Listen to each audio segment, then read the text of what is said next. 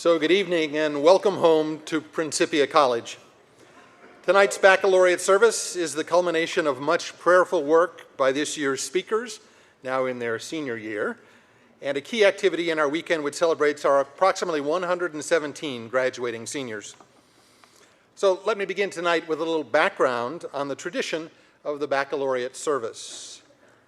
Legend has it that the baccalaureate dates to 1432 at Oxford University. Only they would know, where each bachelor degree candidate, this is the favorite part, this is what we're thinking of reinstituting here, that each degree candidate was required to deliver an address in Latin as a part of the graduation exercise. You guys were just so close, you know? Now the baccalaureate services continued throughout the Middle Ages, and the tradition has passed down through the centuries.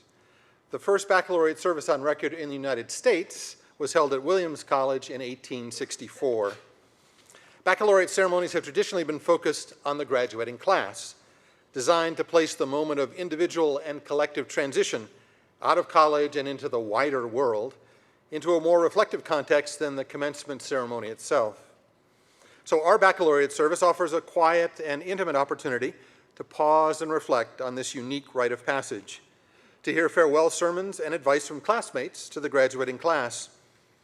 Now, in addition to our seniors, we have some other special people to acknowledge tonight, the families and guests of our graduates, to whom we extend an especially heartfelt welcome.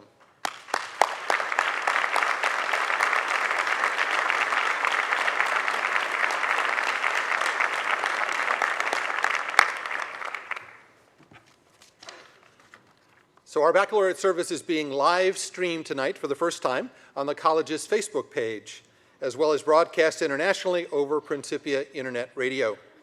So welcome to all of you who are listening from afar and near and around the world. Although the baccalaureate is inspirational in nature, it is not a religious service as such, which means that you can feel free to applaud at the end of the organ offering and the vocal selections, or anywhere else for that matter.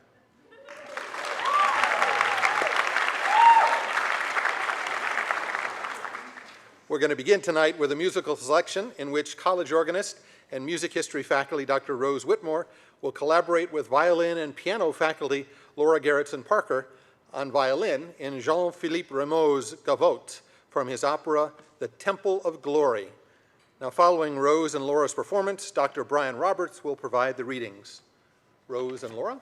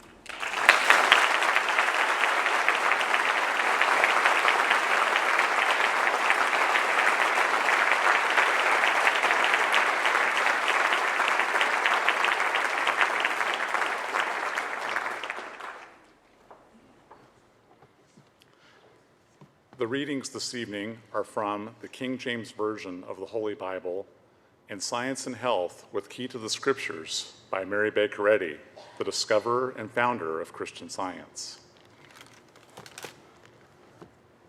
Proverbs. Trust in the Lord with all thine heart, and lean not unto thine own understanding. In all thy ways acknowledge him, and he shall direct thy paths. Romans. And we know that all things work together for good to them that love God, to them who are the called according to his purpose. Luke. Behold, the kingdom of God is within you. Psalms. The Lord is my strength and my shield. My heart trusted in him, and I am helped. Therefore my heart greatly rejoiceth, and with my song will I praise him. 1 Peter. Humble yourselves, therefore, under the mighty hand of God, that he may exalt you in due time, casting all your care upon him, for he careth for you. And from Science and Health. God expresses in man the infinite idea, forever developing itself, broadening and rising higher and higher from a boundless basis. A knowledge of the science of being develops the latent abilities and possibilities of man. It extends the atmosphere of thought, giving mortals access to broader and higher realms. It raises the thinker into his native air of insight and perspicacity. Consecration to good does not lessen man's dependence on God, but heightens it. Neither does consecration diminish man's obligation to God, but shows the paramount necessity of meeting them. What we most need is the prayer of fervent desire for growth in grace, expressed in patience, meekness, love, and good deeds. In the scientific relation of God to man, we find that whatever blesses one blesses all, as Jesus showed with the loaves and the fishes. Spirit, not matter, being the source of supply. To ascertain our progress, we must learn where our affections are placed and whom we acknowledge and obey as God. If divine love is becoming nearer, dearer, and more real to us, matter is then submitting to spirit. The objects we pursue and the spirit we manifest reveal our standpoint and show what we are winning. Individuals are consistent who, watching and praying, can run and not be weary, walk and not faint, who gain good rapidly and hold their position, or attain slowly and yield not to discouragement. When we wait patiently on God and seek truth righteously, he directs our path. Let's join in a few moments of silent prayer and then pray aloud together the Lord's Prayer.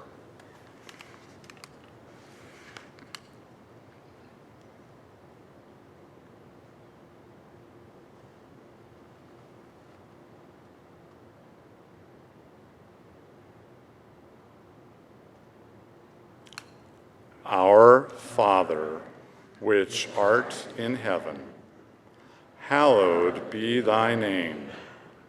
Thy kingdom come, thy will be done in earth as it is in heaven.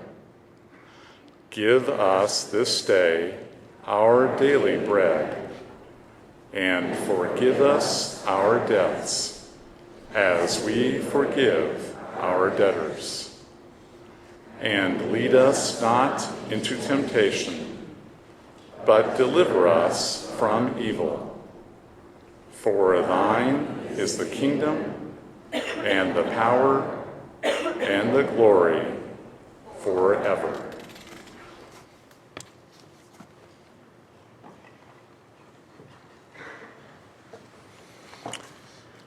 Thank you, Rose and Laura, and thank you, Brian. Most of you, I think, found out this morning that Brian is this year's Harper Teaching Excellence Award winner, so congratulations again, Brian.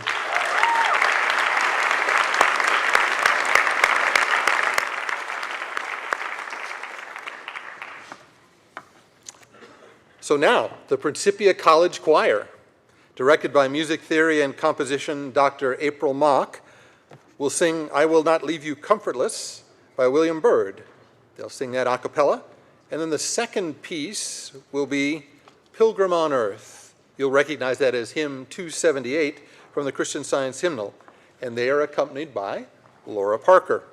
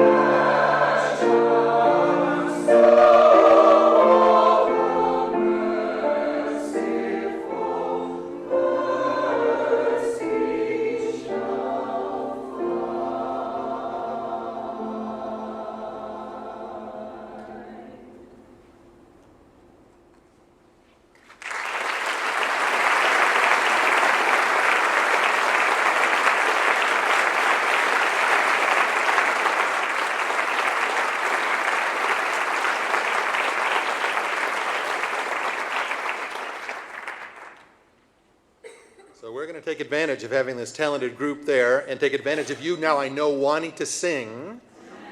And what are we going to sing? The Principia hymn.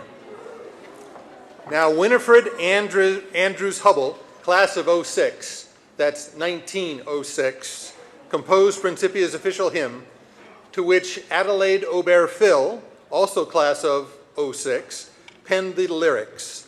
The words and music are on the back of your program.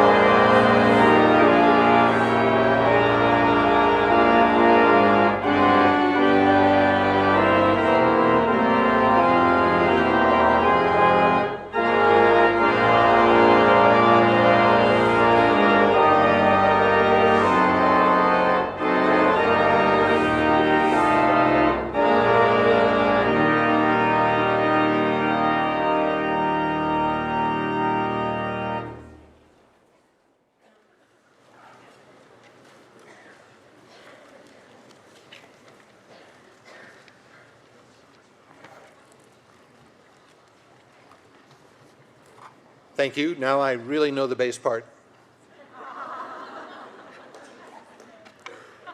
Now I'd like to welcome the senior class agents.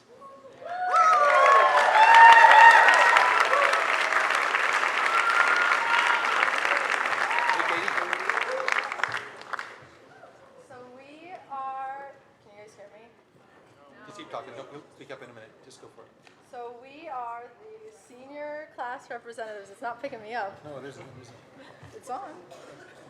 Looks good to me. Okay. Bum, bum, bum, bum, bum, bum. The new Principia, yeah, thank you. All right, well, it might be, is it, I think it's there. Okay, so we are the senior class representatives, and we are going to go through really quickly and introduce ourselves. So I am Katie Swartz. I am Frank Treasure. I am Evelyn Rose. Hi, I'm Mallory Rosa.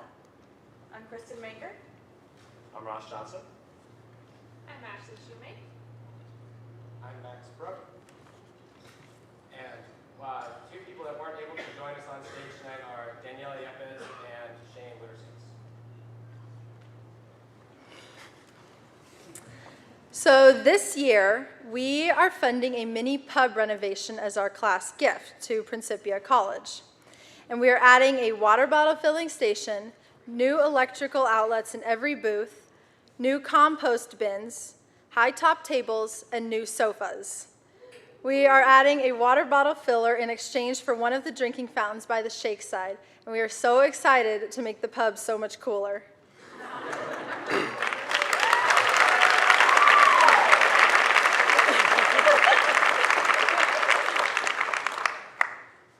We want to thank the seniors and everyone else who contributed to our gift. We had every single senior contribute to the gift this year for 100% participation, and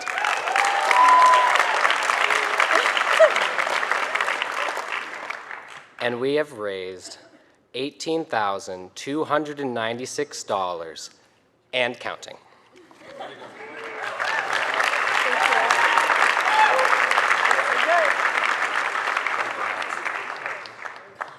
So, of course, I am delighted to take any money you want to give me. And 100% participation. It's like, how can you beat that? I'm delighted to accept this gift. Clearly, the pub is someplace that has, even from my generation, been an important both meeting place and communication place. And achieving the 100% participation behind this, in addition to the money that these students have raised, I know that the trustees are backing them up as well. So we're going to really try and do a really nice pub redo. So when you come back, it'll look quite different.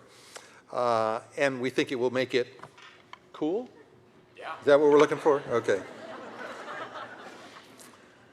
So now, we're going to hear from our class speakers, which I think is maybe why you all came in the first place. We have Ashley Shoemake and Ross Johnson, who are our student marshals, so they'll be introducing each of our four speakers. Our speakers tonight are Gemma Ritchie, Meg Anderson, Tom Zmustz, and sorry, who am I missing? Max, right? We're like the same. Yeah, they're pretty fungible, we found. Sorry, that's an economic term.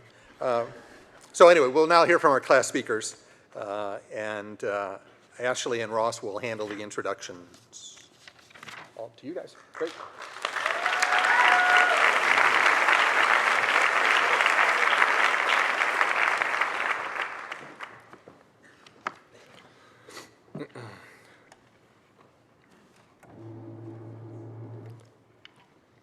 I am extraordinarily proud to introduce my friend, Max Brook. An educational studies and philosophy major from Bellevue, Washington, I met Max freshman year when I would sleep in his extra bed sometimes on the weekends, and when we began our 3 years of soccer together, went on a quick trip to Finland, supported his dreams of being a dance choreographer for the Principia dance production, and a whole lot of laughs, tears, and memories in between all of that. Max floats around the campus like the sunshine, bringing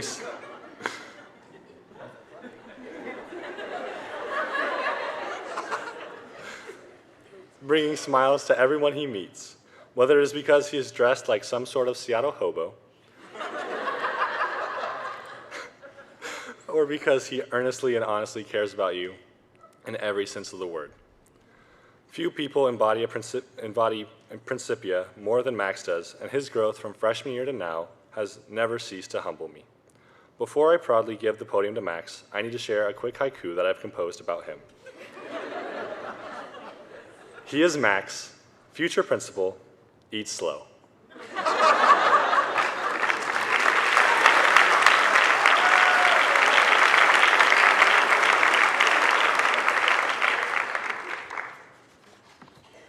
I can testify to that. The only classes I've ever been late to are the ones right after meals.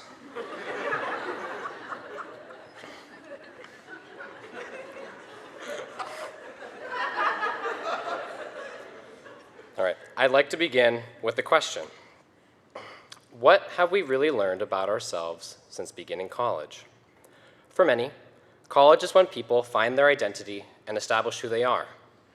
My story starts just after graduating high school when I took a gap year. It was the best year of my life. The amount I grew and growth I experienced was tremendous as I traveled, worked, and volunteered. Importantly, I made my own decision about the role that Christian Science played in my life. I was healed of gluten intolerance, which I had wrestled with for the previous 5 years, and I finally experienced a strong sense of purpose. During this time, I also made the decision to apply to and attend Principia College, largely in part due to a conversation I had with Don Challenger, the husband of our commencement speaker, Nancy Challenger. And while we're telling secrets about me, partially due to a pretty big crush I had on their niece.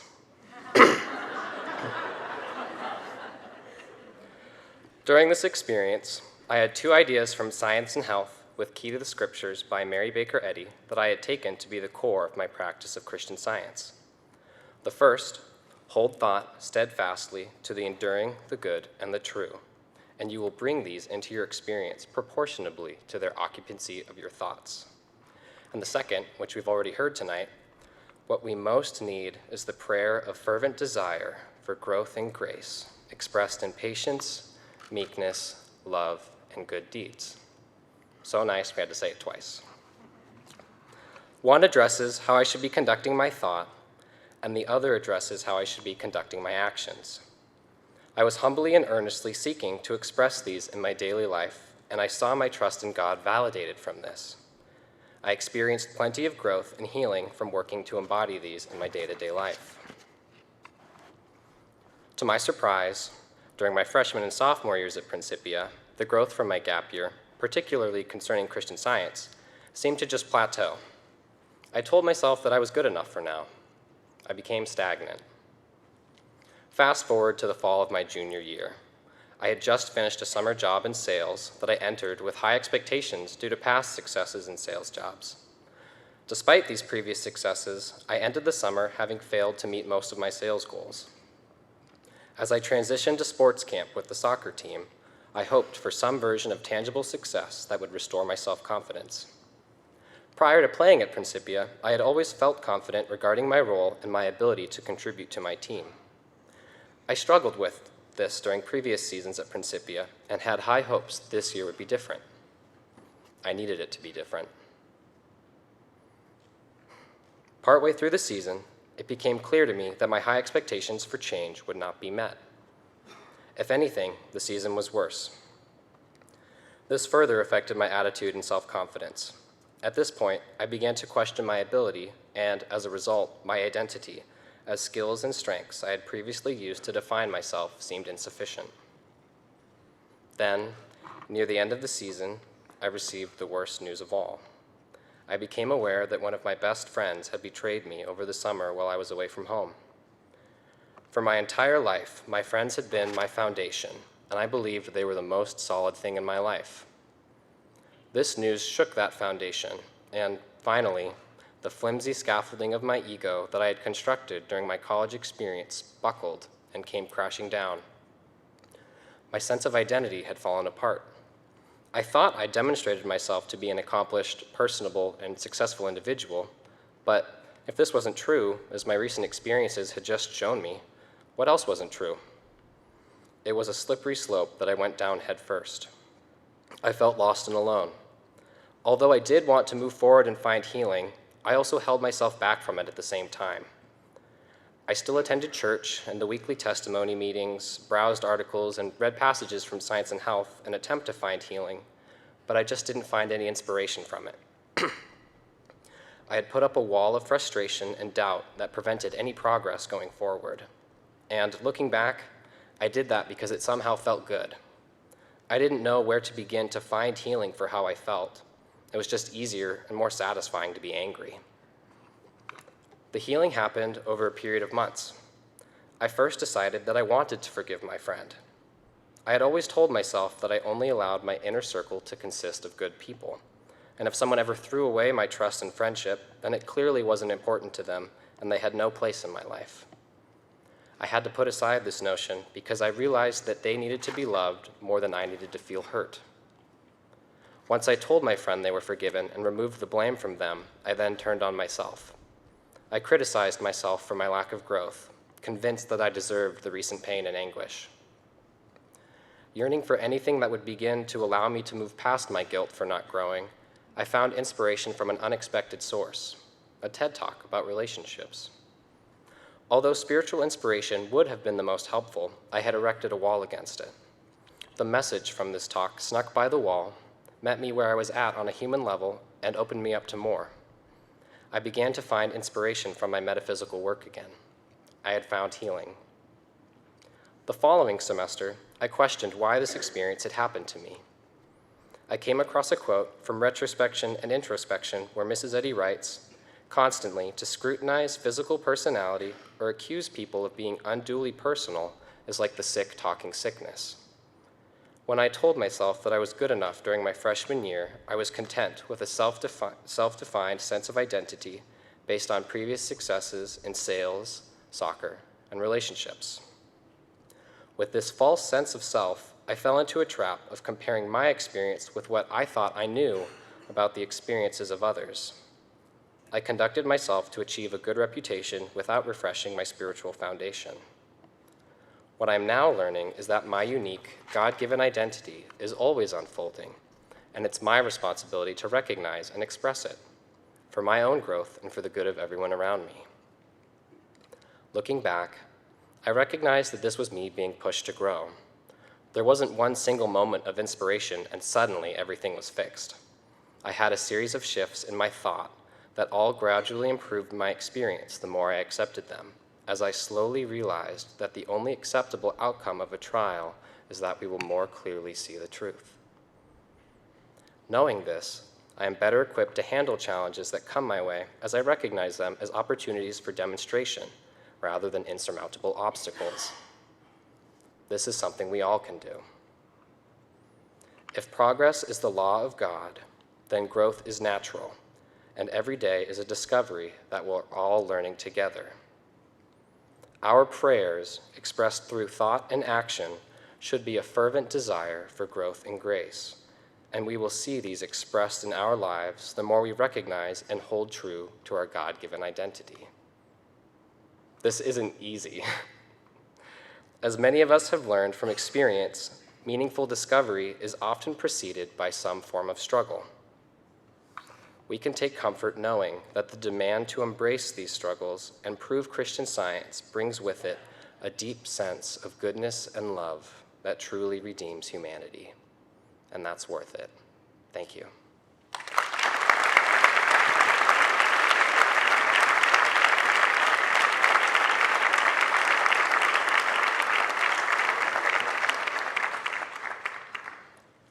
Hello, everyone. Today, I have the honor of introducing you to the magnificent Gemma Ritchie. Gemma, originally from a quaint South African town, has completed a BA in English Literature and minors in Mass Communication and Religion. I first met Gemma 5 years ago over our visiting weekend, and it has been an honor over the years to see how her compassion and graceful expression of love has continuously influenced all who have had the opportunity to meet her. Although she stopped running because she thought she got chased by the cougar once, Gemma has not let anything stop her from pursuing her passions. When asked what she wants to do after college, her response was, somehow making a difference. She has already done that during her time here at Principia by serving as the co-director and board member for the International Perspectives Conference, as a writer, then editor-in-chief for the Pilot, and on both the outreach and membership chair for the Christian Science organization. She demonstrated her passion for meaningful change as a radio host on the student-run print internet radio show, Blunt and Black, leading discussions on topics ranging from fashion to the Ferguson riots. She has also completed an internship in England as a media and curatorial intern and lived in a total of 3 different continents. Gemma is a listener, a caretaker, and as someone who is constantly demonstrating what it means to live and love selflessly, who better than to talk to us tonight about what a Christian Scientist looks like than Gemma? Please help me in welcoming Gemma to the podium.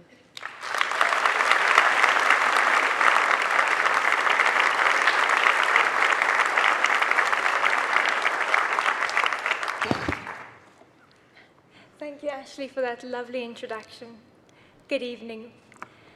Arriving at Principia 4 years ago from South Africa, I wanted to become a better Christian Scientist, and I was surrounded by Principians who did it all. This led me to think that the ideal Christian Scientist was an individual who participated in a plethora of activities, attended all talks, achieved in one's academics, managed to pay off their print bill, worked out or played a sport, volunteered, and still had a downtime. Of course, I didn't realize then that a student actually had choices about which events and activities to support, nor did I realize everyone's homework and papers were often finished during other classes or in meetings. Yeah, I was a bit naive. But then I discovered that the essence of being a better Christian Scientist is really unfoldment. And Principia is a perfect laboratory to support this endeavor. The founder of Principia, Mary Kimball Morgan, had this in mind when she wrote, "Principia education should mean the education of the whole man, physically, mentally, socially, and spiritually, as well as intellectually, through the unfolding of spiritual nature in daily practical application of the teachings of the Master." Principia has given me so many opportunities to prove how this education unfolds our spiritual nature. I've learned that I'm able to accomplish all that is mine to do with an increasing sense of grace when I consciously prioritize my activities based on prayer to determine where God is directing me. I'm grateful for the Principia and this demonstration, and I hope to illustrate how we can consciously focus on the unfolding of our spiritual nature going forward. So, as a young freshman, I really wanted to be like the Christian Scientist that I was surrounded by. There just did not seem to be enough time. And after hours of intensity attempting to schedule everything in, I suffered from a collapse. It was a bit of a wake-up call. Furthermore, I had not been praying about a physical issue with the idea that I was too busy. I thought that if I ignored it, it would go away, which is a bit like the ostrich that stuck its head in the sand when it saw the lion. So, in the middle of the week during my freshman year, I found myself lying in Cox Cottage, the Christian Science nursing facility on campus. I could no longer hide my head in the sand. I had to face the lion. In Cox, I had the opportunity to evaluate my situation. I wanted to find a spiritual resolution, so I called my Christian Science practitioner who shared the following idea from Science and Health with Key to the Scriptures. When the illusion of sin or sickness tempts you, cling steadfastly to God and His idea. Allow nothing but His likeness to abide in your thought. So it helped to recognize that the physical issue was an illusion. I couldn't continue to ignore it, but rather needed to see that it was no part of my true nature. You see, in my attempt to make the most of my college experience, I really had not kept God's likeness paramount in my thought. It was at this point that I began a long journey of learning what it really means to allow nothing but His likeness to abide in my thought. So I'm grateful to say that the physical challenge was quickly resolved and I was out of the facility later that afternoon. So I realized that I had a right to recognize a natural balance of activities. I began to ask myself what God wanted me to prioritize and what was Gemma trying to prioritize and why.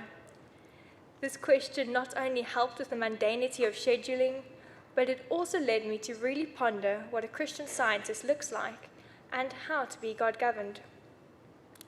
One of Mrs. Eddy's students wrote that one needs to accept the truth that all causation is in mind and to look away from matter into mind or spirit. Then the doubts and petty annoyances of life become dissolved in the light of a better understanding, which has been refined in the crucible of love and charity. She continued saying that petty annoyances fade away into the nothingness from whence they came. Never having had any existence, in fact being only the inventions of erring human belief.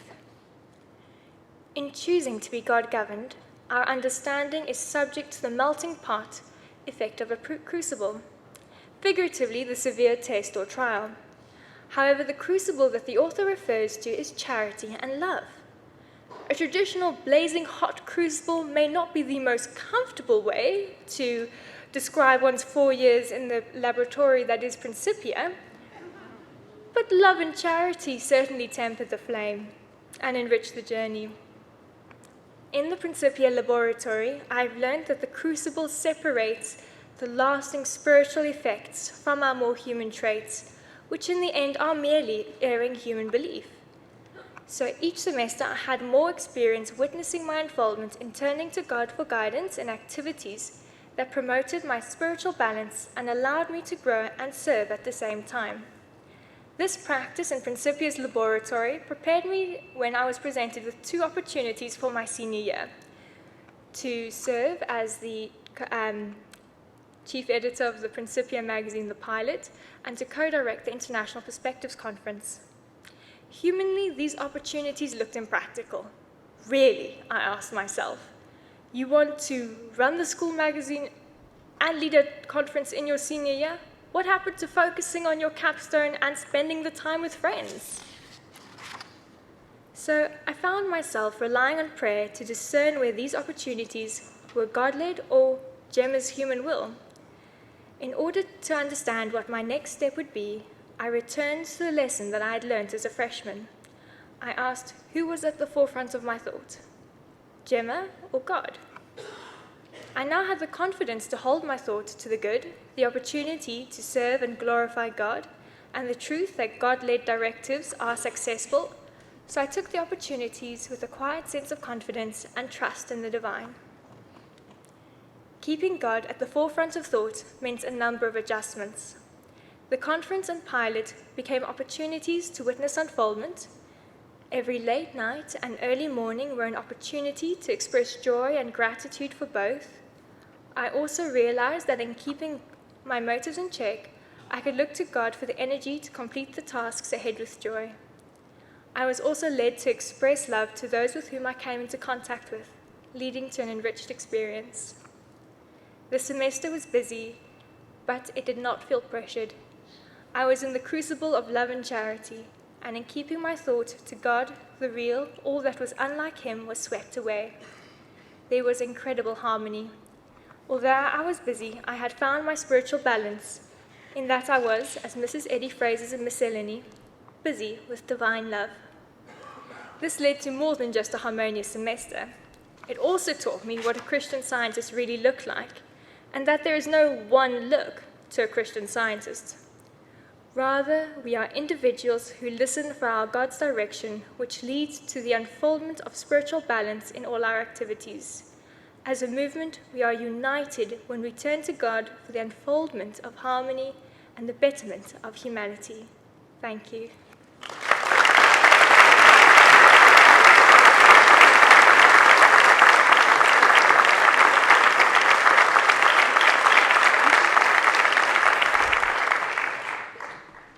It is my pleasure to introduce you to the man all the way from Latvia, Tom's Musts. I first met Tom's freshman year when he was bouncing a tennis ball against the wall in the Rackham living room at 3 in the morning while I was working on a paper. Since then, Tom's unwavering kindness and selfless love, coupled with his creativity and humor, has openly blessed this entire campus. Over the past 4 years, Tom's has served as chair of the Speakers Committee for the Public Affairs Conference, as a writer and graphic designer for The Pilot, the campus magazine, and as a manager in both the pub and media services. He has played on the men's volleyball club and even had the chance to play the drums with the band Lavender during homecoming his sophomore year. But you might more commonly know him for the consistent passion and competitiveness he brings to every Sunday intramurals, or as the star of frequent Facebook live chess videos. Tom's will be graduating Prin with a BA in Business Administration and a minor in Mass Communication. Here to talk to us tonight about his own experience answering the question, what do you want to do after college, is our friend Tom Must. Please help me in welcoming him to the podium.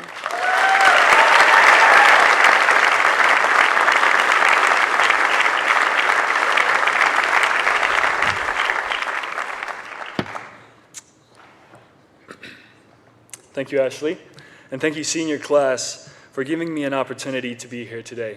I'm truly honored and humbled. Tonight, I want to share a story with you that changed my way of thinking and shaped my personality. As Ashley mentioned, I grew up in Latvia, an Eastern European country that probably some people here in this room haven't even heard of. And no, it's not the same as Russia, guys. I've also noticed that there's a Latvian stereotype floating around the internet that Latvians are obsessed with potatoes, and I got to say they're pretty much right. Coming to Principia was a big step in my life. I knew that leaving my home, my family, and my friends to come to the States would change everything, but I felt ready. I knew that this will be a new chapter in my life. A little uncertain as to what I wanted to pursue after college as my career, I went into this 4-year experience with the hopes of finding an answer to the big question: what will I do with my life? It's the same question I've been asked since I was in primary school, and I'm sure we've all been asked, what do you want to be when you grow up at some point in our lives? And to be honest, I think it might be one of the worst questions to ask a kid. Why, you might ask? Not only did it make me feel insecure for not knowing the answer, but it also imposed an assumption in me that there is only one right path in life for each person, and I better figure out mine, or else I won't be successful. Plus, it implies that there's a point in our lives where we are finished with growing. And last time I checked, life is a continuous growing process, am I right? I also approached this question probably in the worst way possible. I believed that the answer can be found by taking certain steps, sort of like following instructions on an IKEA furniture set. You follow the instructions and voila, the answer is there. Pretty simple, right? I mean, it's a simple question, it should be a simple answer. So I never even thought to ask God for help. But it wasn't that simple. This type of thinking limited and even killed my self-confidence and creativity, and I was lost. So here I was in college trying to figure it all out, but I didn't do so great. As the semesters flew by, I was still uncertain.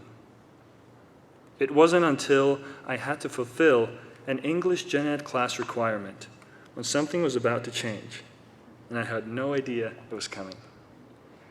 During the spring semester of 2015, I decided to take Poetry Writing 1, not really knowing much about the professor, the difficulty of the class, or frankly poetry in general. The class felt completely random.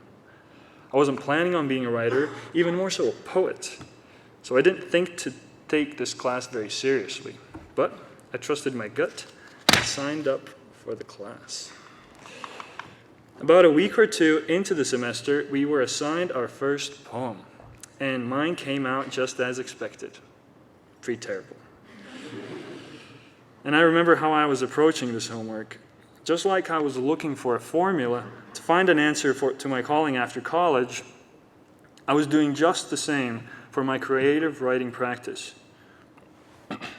Soon, I noticed how the English majors around me were approaching this same assignment. People didn't look for restrictions, rules, guidelines, or the right way of writing a poem. This experience was a turning point in my life where I learned 2 important lessons that I haven't forgotten since. The first lesson is the importance of being different. What I realized during that class was that for the majority of my life, I have been trying to do things the expected way, not my way. I always thought that my way was wrong because it was often much different from others, and I thought that standing out was embarrassing and bad. Plus, I was never pushed creatively in school. No one around me was. I realized that at some point in middle school, I stopped allowing myself to be different and never had the courage to be creative or original. The goal was always to fit in, and it wasn't until that poetry class, when I was forced to sit down in front of a sheet of paper and write something brutally honest from my heart without any guidelines or rules. And for the first time, I decided to just be honest with myself and start writing, and I was pleasantly surprised. I found the process to be exciting, yet challenging, and it was a very fulfilling experience. Sharing my work with classmates and later family felt very scary. The fear of doing it wrong or failing were trying to hold me back, but I had to do it. It was required by the class. And when I did, I received nothing but love and support. It was truly a life-changing moment. The one thing I was most afraid to do, turned out to be one of the best experiences of my life. I was later encouraged to take poetry writing too, which I did, and since then I've been writing as much as I can and even had one of my poems published in the Principia's literary journal, Mistake House magazine. So, that's the first lesson I learned, the importance of being different. The second lesson I learned was that I'm always guided by God. As I look back, the experiences that felt random or accidental have taught me that there is a still, small voice that always guides us in the right direction, and that we are always in the right place at the right time. Mary Baker Eddy says in Retrospection and Introspection, "The widest power and strongest growth have always been attained by those loyal students who rest on divine principle for guidance, not on themselves." Over the last few years, I've learned that it is not my quest to find the perfect career path or to figure out my life. The best things that have happened to me are not when I'm actively searching, but when I'm calm, grateful, and loving. During the poetry class, we had to write journals, and I expressed my frustration of failing to figure things out. My poetry teacher, Dinah Ryan, put it perfectly in words when she gave me feedback in that notebook, saying, "Listening to God and trusting your own deep perceptions and ideas will unfold the answers that are right for you. Trust that. Follow the thread and don't push."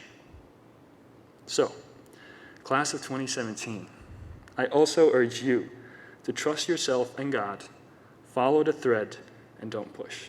Thank you.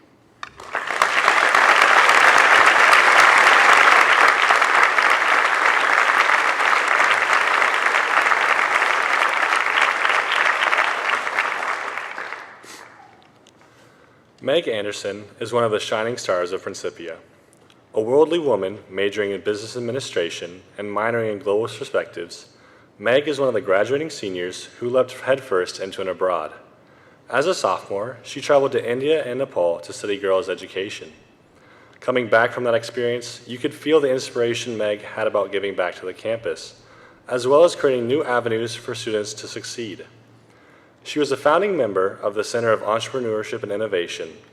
With laser-like focus, Meg has targeted areas where she can be of service and has given freely, whether that is volunteering her time to the women's soccer program when they are in need, or her constant contributions to the Principia dance productions, or even working as a writing tutor and teacher's assistant for 3 years. I am humbled and honored to welcome Meg to the podium.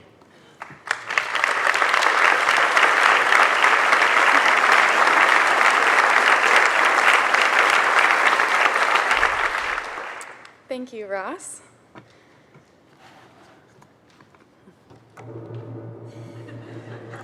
Someone has to be the shortest. Okay. When I think about my first days in Anderson during freshman orientation, it's very easy to think of how much advice I could have used. You know, like, you don't have to try so hard to look cool with your room decorations. One person should only own so many prayer flags. If I could go back, I'd tell myself to worry less about decor, and I'd also tell myself to treasure that one glorious year of air conditioning. Because for the next 3 years, I'd be using refrigerated applesauce as ice packs to survive the heat in Brooks. There's no shortage of advice freshman me could have used. But if I had to pick one thing, I'd go back and tell myself to hang in there through the tough stuff, because the growth would make it all worth it. Tonight, I'm thankful to you all for giving me the opportunity to share a story of a time at Prin that changed me in ways I am still learning. Less than 7 months ago, during fall of senior year, I was sitting on my bed in Brooks, paralyzed with fear as I watched the time on my phone hit 5 a.m. There was nothing scary about 5 a.m. It was the fact that another night had nearly passed without sleep. Another 24 hours of feeling burdened by the weight of problems I felt could not be solved. I usually tried not to let these things show, which worked some of the time. My grades never fell, my relationships were reasonably intact, and I was generally able to do everything I needed to do. I would guess that most people thought I was doing great, but I wasn't doing great. Between freshman and senior year, my life got pretty shaken up by a series of difficult events. An unsuccessful foot surgery made me afraid that pain would never leave. I fell ill for an entire summer, which made me afraid of my own body. A dear family member passed away very unexpectedly, which made me afraid of losing people I love. Intense stomach problems made me afraid of most foods. And later, my parents' sudden divorce made me afraid to trust people, and afraid of a future without my family and home intact. By fall of senior year, I was spending so much time focusing on being afraid that I couldn't see how it had expanded to the rest of my life, leading to irrational fears of the simplest things, like eating, sleeping, and even breathing. I was so discouraged that I often found it easier to distract myself with TV or social media rather than handle this fear that desperately needed to be healed. Sounds like a low point, right? It was, but the good thing about low points is that they're usually also the turning points. This brings me back to that morning in Brooks at 5 a.m. when fear had my full attention. There I was, feeling completely helpless to this feeling of panic, when something just clicked. I got out a pen and a notepad and started to write, not knowing exactly why. I still have the sheet of paper with all the notes on the ideas which came next. What came to me was this simple fact. The reason I had been experiencing so much fear was simply because I had been giving it my attention. By labeling myself as an anxious person, I had decided that anxiety was simply going to characterize my entire experience from here on out. Anxiety is an aggressive suggestion, arguing that there are things from the past that can still hurt you, and things in the future to be fearful of. In dwelling on my fears, I'd been trying to live in the past and the future at the same time. I started to wonder what I had been missing by being so far removed from the present. How could this one seemingly tiny idea about attention have the power to reverse the course of my health and happiness?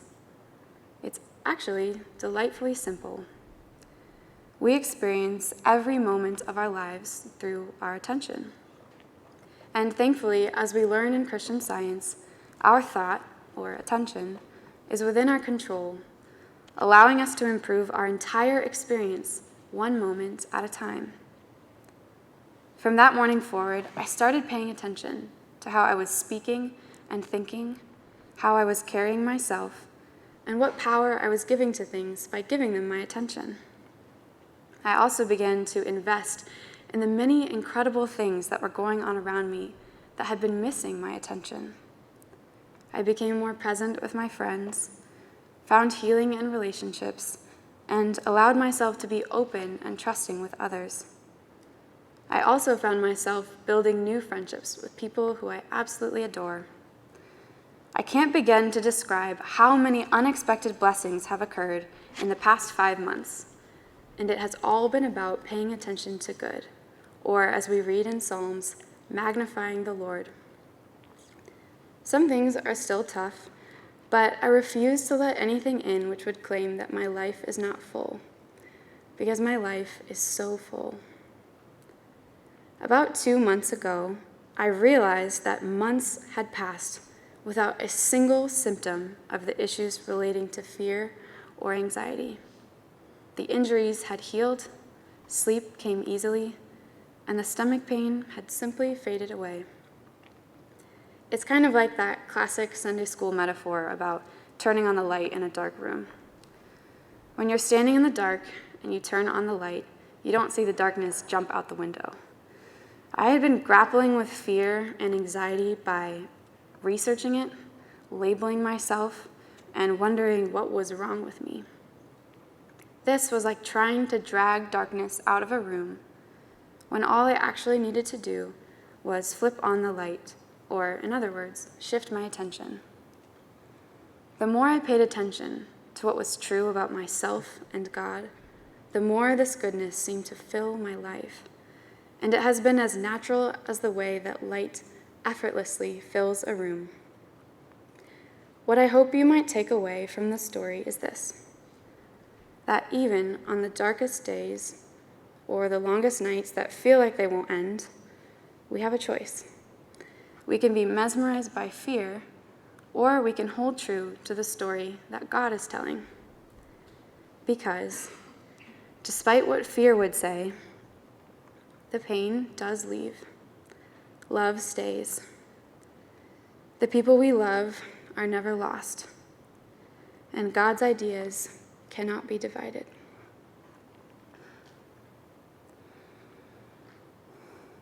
The intensity of this experience also taught me the importance of paying attention to how others are doing, especially apparent strangers. We never know what another person might be going through, and I don't think we can ever be too compassionate. I'm having a hard time believing that tomorrow marks the close of our time together at Principia. I've always heard adults say that college was the best 4 years of their life, which, to be honest, always made me wonder what they had done to make their post-college lives so boring. No matter what comes next, and I do expect it to be exciting and good, I will always be grateful for my time here at Principia, from the challenges to the triumphs. Each of us has been graciously prepared for our next steps. Wherever you are led, I hope you will remember to pay attention to what matters. It just might change your life. Thank you.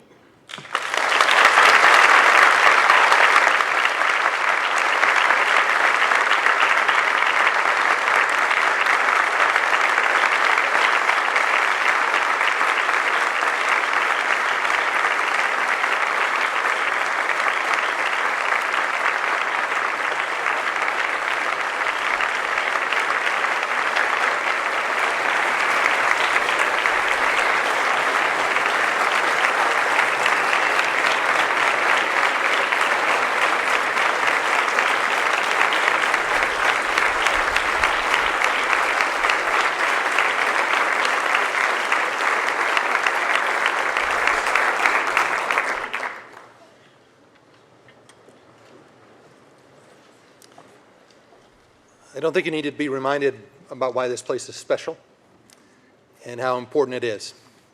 But thank you, all four of you, for reminding us of that. So I'm going to ask my friends up here to join me and to join you in a final hymn.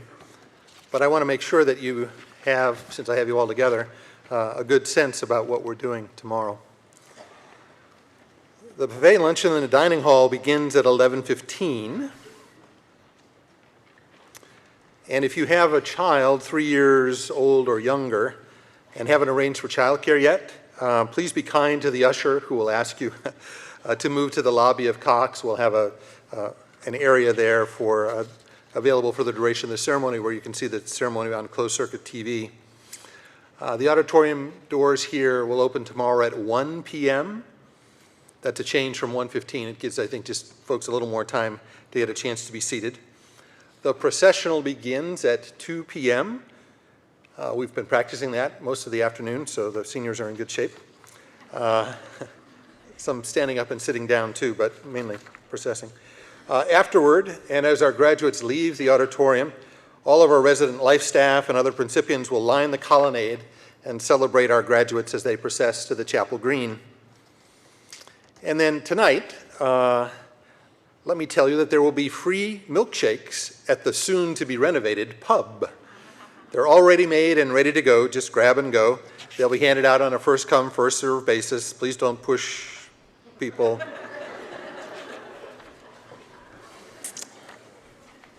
Yeah, right, thanks. Okay, Max will be there too. So tonight we're going to conclude our baccalaureate service by singing hymn number 179 from the Christian Science hymnal. It's also in your program. The words are on the inside front cover. And if you'll stand and join us, Dr. Rose Whitmer will play us in.